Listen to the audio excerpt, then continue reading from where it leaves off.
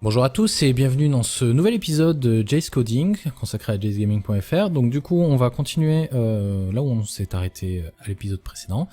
Donc je vous avais présenté les différentes technologies qu'on allait utiliser globalement. Donc si avez été un peu perdu à ce niveau-là, n'hésitez pas à me le dire, peut-être que je referai une vidéo qui présentera plus en détail toutes ces technologies-là, qui fera peut-être un historique de comment on en est arrivé là, ce genre de choses. Une chose est certaine, c'est que si vous êtes vraiment un débutant de chez débutant dans le développement informatique, ces vidéos, c'est peut-être pas la meilleure manière de commencer, de vous lancer. Vous avez beaucoup de sites internet et de gens qui font des vidéos aussi pour vraiment les vrais débutants. Moi, j'aurais pas le temps de vous faire des vidéos vraiment pour les gens qui n'y connaissent absolument rien. Par contre, si vous êtes déjà un peu développeur informatique et que le développement web vous intéresse, honnêtement, restez dans le coin, ce qui va suivre risque de vous plaire. Donc, en termes de... Comme j'avais dit, dans cette vidéo, nous allons générer le projet de base, en fait. D'accord? Donc, ça c'est le genre de conneries, vous savez, quand vous tapez Yo, il peut se passer des choses bizarres, mais en fait, non. Donc non, ce que je cherche, c'est ça. Ce qu'on appelle la Angular Full Stack. Donc, ce qui est apparu avec toutes ces technologies qui se mettent en place, en fait, historiquement, je veux dire, quand vous êtes un développeur web, vous êtes habitué à travailler donc en JavaScript, certainement jQuery côté client, et côté serveur, avoir un code PHP, voire Java, peut-être, voire un backend Microsoft avec du C# et de l'ASP.NET, pourquoi pas. Mais en fait, ce qui se passe, et vous avez probablement derrière une base de données MySQL ou, je sais pas moi, Postgre, peu importe, et du coup, vous êtes habitué à coder dans un langage SQL pour interroger la base de données, ensuite traduire tout ça dans le langage sur votre serveur pour reconstruire les données par rapport à votre modèle de données côté serveur, renvoyer ça au client et côté JavaScript, remanipuler tout ça dans un troisième langage différent. Donc vous êtes tout le temps en train de jongler entre différents langages et vous, en fait, très souvent, vous refaites la même chose. C'est-à-dire que vous faites un modèle de données côté client, vous faites le même modèle de données mais dans un autre langage côté serveur, et tout cela représente vos tables en base de données. Ben, avec son utilise, on n'a plus besoin de tout ça. Pourquoi? Parce qu'en fait, on a du JavaScript côté client, dans le navigateur web, nous on a du JavaScript côté serveur, et on a du JavaScript côté base de données. Du JSON pour être précis au niveau de MongoDB, ce qui fait que vous ne travaillez que dans un seul langage. C'est-à-dire qu'en gros, vous avez uniquement 3 langages à maîtriser, c'est le JavaScript, le CSS et le HTML. Exactement ce que vous faites déjà si vous êtes purement côté client. Alors après AngularJS, vous allez voir, ça risque peut-être un peu de vous perturber si vous ne connaissez pas du tout, parce que c'est une façon de travailler tout à fait nouvelle, mais vous allez très vite le voir, ça va vous changer la vie. Et après, bon, tout ce qui est Node.js et tout, même moi au début, j'avais un petit peu du mal. Donc du coup, ce qui s'est passé, c'est que ce qui s'est très vite développé, c'est ce qu'on a appelé la min stack. M-E-A-N. M pour MongoDB, E pour Express, qui est, comme j'expliquais, la technologie Node.js pour faire un serveur web. A pour AngularJS et N pour Node.js, tout simplement. Donc cette min stack, vous avez un site qui s'appelle min.io, où vous avez vraiment une grosse min stack qui est vraiment un énorme système qui est basé sur ces technologies-là. Mais honnêtement, c'est extrêmement complexe. Parce qu'ils vous fournissent même des outils en ligne de commande pour la gérer, ce genre de choses. Très facile de générer une application de base, mais si vous voulez un peu trop personnaliser les choses, vous allez galérer. Du coup, je vous déconseille de démarrer avec la min app, peut-être aller la voir plus tard, faut dire qu'elle est vraiment sympa. Par contre, si vous allez sur générateur Angular Full Stack, vous avez vraiment, on va dire, uniquement toutes ces technologies-là qui sont mises ensemble et qui sont construites d'une façon propre, on va dire. Donc c'est un générateur Yeoman. Donc la première chose à faire, c'est de l'installer de façon globale, comme on a pu installer nos autres outils dans la vidéo précédente. Donc on va faire ça tout de suite. -g generator Angular Full Stack. Bon, il est déjà installé, donc normalement ça devrait pas trop, ça devrait pas faire grand chose en l'occurrence. Du coup, ce qui se passe, c'est que ce générateur va être capable de vous générer une application web et vous allez en fait être capable de choisir dans le processus de génération les options que vous désirez pour pouvoir générer votre application. Donc ça c'est vraiment génial parce qu'imaginez que professionnellement vous travaillez avec une architecture assez particulière et tout, et que vous savez que vous allez la réutiliser. Je sais pas, par exemple vous faites une application mobile Et vous savez que la structure de base, vous allez la réutiliser, que vous allez utiliser ce type de techno, mais vous pouvez très bien vous faire un générateur Yeoman, et qui fait que dès que vous allez commencer un projet, vous allez lui faire Yo, mon générateur à moi, et boum, ça va vous générer votre site web tel qu'il vous plaît à vous. Voilà, donc c'est pratique parce que des générateurs, il y en a plus de 2000 je crois, vous pouvez faire un peu ce que vous voulez. Donc c'est bon, le générateur est installé. Du coup maintenant on va générer le projet en tant que tel. Donc déjà on va créer le dossier, on va l'appeler tout simplement Jace Gaming. Alors pourquoi c'est tout sélectionné comme ça, c'est un peu bizarre. Attendez, si je fais un clear peut-être. Ah, c'est revenu en noir, pourquoi pas. Donc CD Jace Gaming, il n'y a rien dedans, c'est vide. Du coup, ici on va faire Yo, qui est la commande pour Yeoman. Angular, merde, full stack. Et on va lui donner un nom, et on va l'appeler Jace Gaming. Donc ça va nous générer notre projet en tant que tel, et ensuite on va aller l'explorer. Alors Yeoman, la première chose qu'il nous demande, c'est quel est le langage de script qu'on veut utiliser. Soit c'est JavaScript, soit c'est CoffeeScript. Alors je vais vous montrer rapidement, parce que ça peut intéresser certains d'entre vous. Je sais que moi ça m'intéresse, mais je vais pas le faire en CoffeeScript pour cette fois-ci, ça serait pas une très bonne idée. Par contre, je pense qu'un jour je vais m'y mettre, ça a l'air vraiment sympathique.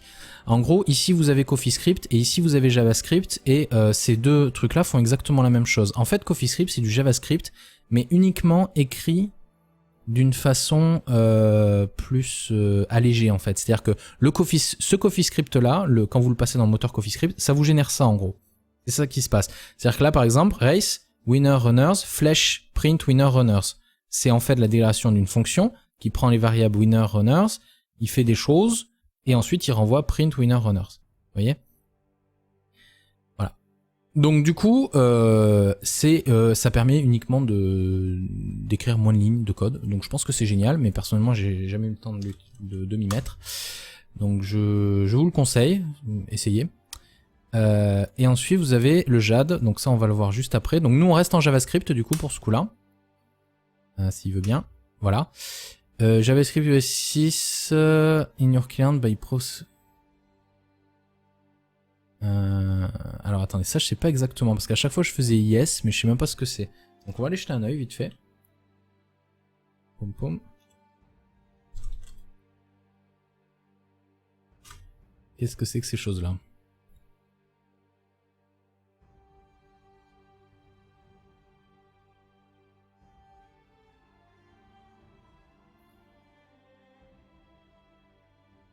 Ouais.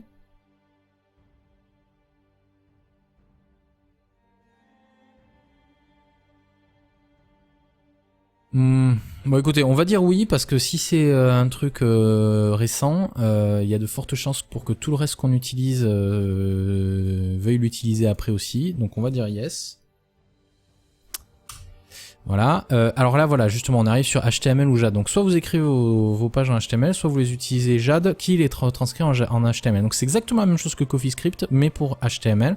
Et en fait, en gros, vous n'avez plus à utiliser les tags que vous voyez ici, ces trucs-là, les supérieurs et inférieurs. Et en fait, dès que vous mettez un égal, ça vous met, vous pouvez utiliser des variables et tout ce genre de choses. Vous voyez, donc là on a un truc de script qui est de type texte JavaScript. Vous voyez, un body avec un H1 à l'intérieur et ça c'est le contenu du H1, ce genre de choses. Pareil, personnellement ça m'intéresse énormément, mais pareil, j'ai jamais eu le temps de m'y mettre. Donc du coup on va rester sur du HTML standard pour éviter de perdre les gens qui vont nous suivre d'ailleurs, mais même moi, pour éviter de me perdre. Donc HTML. Alors par contre pour nos feuilles de style, est-ce qu'on va utiliser le CSS, le Sass, le Stylus ou le Less? Alors le CSS c'est vraiment le système de base. Les trois autres qui suivent, pareil, génèrent du CSS au final. Sass en gros, ça permet d'écrire du CSS avec des variables et de compiler ce CSS. Donc par exemple dans un bout de fichier de Sass, vous écrivez vos couleurs. Par exemple vous faites votre design. Et à tous les endroits où vous avez besoin de référencer telle couleur, bah vous avez juste à référencer la variable de la couleur. Comme ça, le jour où vous voulez changer cette couleur, eh bien, vous changez juste la couleur à l'endroit où vous l'avez déclaré. Et ça changera la couleur partout dans le CSS qui en ressort. Donc c'est vraiment génial. Stylus et Less, c'est à peu près la même chose, juste des technologies qui marchent un peu différemment. Personnellement, je me suis plus intéressé à Sass, donc on va aller sur Sass. Après, il vous demande quel type de routeur AngularJS vous voulez utiliser. Donc vous avez deux types de routeurs qui existent, c'est ngRoute et UIRouter. Donc en fait, qu'est-ce que c'est le routeur? Le routeur, c'est ce qui va faire que quand vous êtes sur générateur Angular Full Stack, vous allez avoir... Alors c'est pas tout à fait vrai. En gros, l'URL que vous avez en haut, quand elle bouge... Ah non, je vais pas vous l'expliquer comme ça. Pour ceux qui connaissent pas du tout, ça serait pas du tout clair. En fait, aujourd'hui, on travaille dans ce qu'on appelle des single page architecture. C'est-à-dire que vous avez une seule page web qui est chargée et cette page web, son contenu change dynamiquement en fonction de vos actions. Dessus, vous cliquez sur un bouton, il y a une fenêtre modale qui s'ouvre, ou alors, je sais pas moi, par exemple, si je vais ici, si je clique sur vidéo, vous voyez, c'est pas tout le site web qui a été raffiché de YouTube. Il y a juste eu une petite barre de chargement qui représentait le fait qu'en gros le système allait chercher les vidéos de la chaîne. Bon, il y en a aucune pour l'instant. Je suis en train de les tourner, c'est pour ça. Et vous avez vu qu'en haut, ça a changé à /vidéo. Donc ça, c'est ce qu'on appelle la route.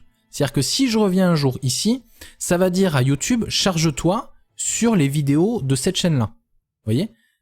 Comme ça, YouTube est capable de retrouver qu'est-ce qu'il doit charger, quel est le contenu qu'il doit charger. Donc la route, c'est ça. La différence principale entre ngRoute et UIRouter, c'est que ngRoute vous permet de définir en gros votre layout, par exemple vous voyez la bannière, le haut, ce genre de choses, et d'avoir qu'un seul contenu. Par contre, si je veux deux contenus côte à côte, avec les deux qui se chargent différemment en fonction de la route où je vais, ngRoute ne permet pas de le faire. UIRouter permet de le faire. Donc UIRouter permet de faire ce que fait ngRoute et permet de faire plus. Donc je vous conseille du coup, nous ce qu'on va faire, c'est qu'on va partir sur UIRouter parce que personnellement je sais très bien utiliser ngRoute. Je débute encore avec UIRouter, ça a l'air d'être un petit peu plus compliqué parce qu'en fait en gros pour les connaisseurs, les gens qui connaissent un petit peu plus ce genre de choses, ngRoute c'est vraiment juste le contenu de la page, d'un seul élément de la page qui change en fonction de votre route, alors que UIRouter transforme votre site web en machine à état. Voilà. Donc on prend UIRouter, hop. Est-ce que vous voulez inclure Bootstrap? Alors c'est ça la grande question, parce que moi je voudrais utiliser Angular Material. Vous voyez? Et je crois pas qu'il ait besoin de Bootstrap. Donc je vais quand même vérifier vite fait. Non, on dirait pas. Donc on va dire non pour l'instant, et puis au pire on réintégrera Bootstrap après, mais a priori c'est non. Est-ce que vous voulez utiliser MongoDB avec Mongoose? Oui. Alors ça en gros ça dit on utilise une base de données MongoDB et Mongoose en fait c'est un système qui vous permet en gros de configurer votre modèle, c'est-à-dire que de dire voilà bon bah j'ai un utilisateur, il a un nom, c'est de type chaîne de caractères, puis il a je sais pas moi le nombre de clics par exemple qui est de type nombre, et vous avez une date d'inscription qui est de type date, et vous allez comme ça définir votre modèle en base de données. Vous allez pouvoir y lier des fonctions. C'est-à-dire du style, par exemple, sur le mot de passe, bah, avant de l'enregistrer en base de données, le mot de passe, vous voulez l'encoder, parce que vous voulez pas que le mot de passe soit stocké en clair dans la base de données. Bah, ça, vous faites une petite fonction qui va vous prendre le mot de passe, qui va le hacher, et qui va vous le remettre en base de données proprement. Voilà. Et du coup, c'est vraiment super pratique et super bien foutu. Donc oui, bien sûr que l'on veut. Est-ce que vous voudrez un système d'authentification? Oui, je vais prendre un système d'authentification parce que je vais avoir une zone public qui va afficher en gros la page web pour tous les gens qui viennent la visiter, et je voudrais avoir une zone admin. Mais même c'est pire que ça, c'est que peut-être que plus tard je vais vouloir aussi permettre à mes abonnés de vouloir s'inscrire sur site.jsgaming.fr pour qu'ils aient un contenu plus personnalisé en fonction de qui ils sont. Donc pour ça j'ai besoin qu'ils s'authentifient, qu'ils s'identifient sur mon application web, mais bon pour l'instant je vais surtout avoir besoin d'une zone administration pour pouvoir administrer ma page web et administrer le contenu qui est affiché à mes clients, et notamment si je veux avoir des articles par exemple, on va utiliser cette page d'administration pour gérer les articles. Donc on va dire oui, je veux que tu me génères un système d'authentification de base. On va certainement le modifier parce que je le connais. Alors par contre il nous dit voilà, quel type de stratégie... Ah, loader veut que je joue à Rocket League, mais désolé mon ami, je vais l'enlever. Hop, une autre fois.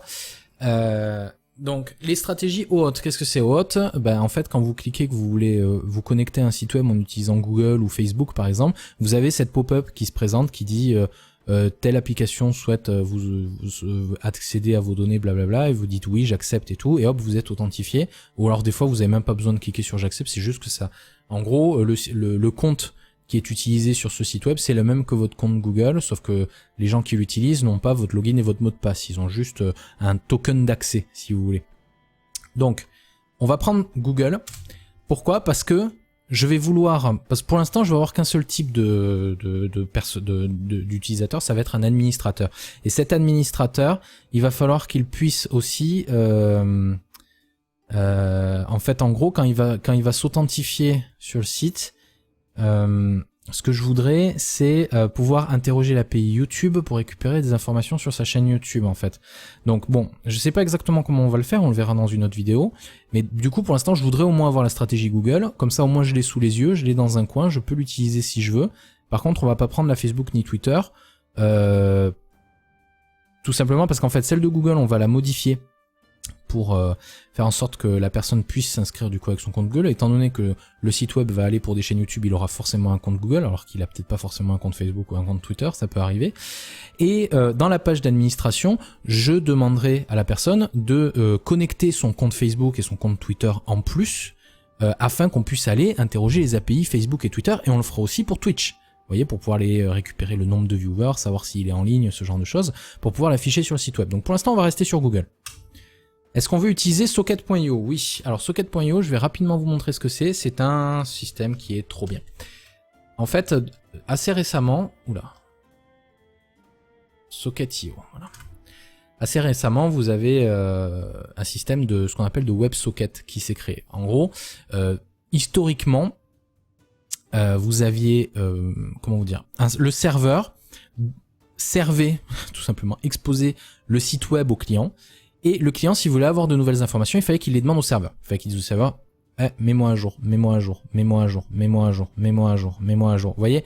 Et je veux dire, si vous voulez avoir des données en temps réel, bah, vous devez demander toutes les secondes ou toutes les 5 secondes. Et du coup, imaginez la surcharge réseau que cela peut provoquer, surtout sur un petit site web. Je veux dire, vous pouvez avoir de gros problèmes assez rapidement.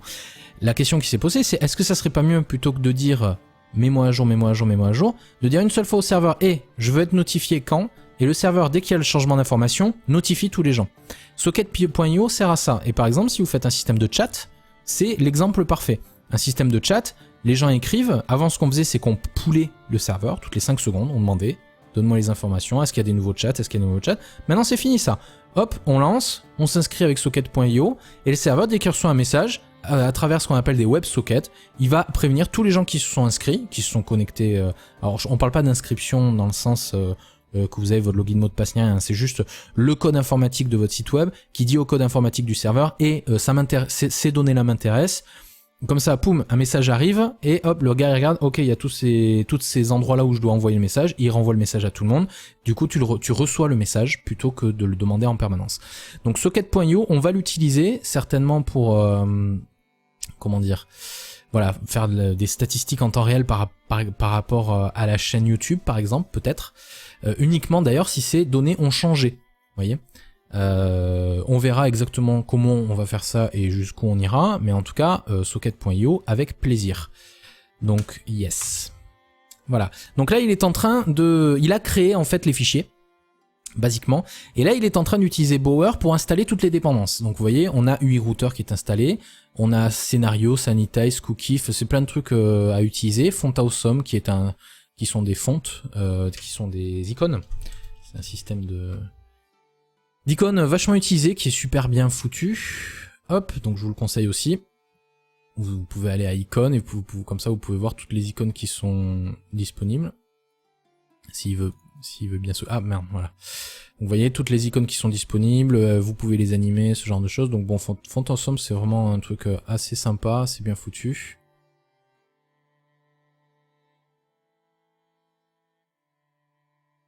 Vous voyez, on a un font YouTube par exemple, donc ça on va certainement le réutiliser. Vous en avez un pour Twitch aussi, il me semble. Alors le seul truc c'est que cette page, moi j'ai toujours un peu de mal à naviguer dedans. Twitter, Twitch, vous voyez. Donc c'est juste le logo Twitch. Et vous en avez plein des trucs, vous avez des trucs de direction, des trucs d'édition de texte, vous avez à peu près tout ce dont vous pourriez avoir besoin, sauf si vous avez des besoins absolument particuliers.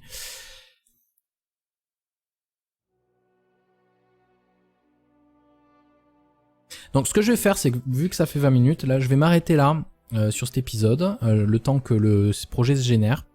Et du coup, début de l'épisode suivant, on va aller explorer ce nouveau projet. Voilà, donc merci à tous, je vous souhaite une très bonne journée, et je vous dis à très bientôt pour la suite de nos aventures dans la programmation informatique. Salut à tous!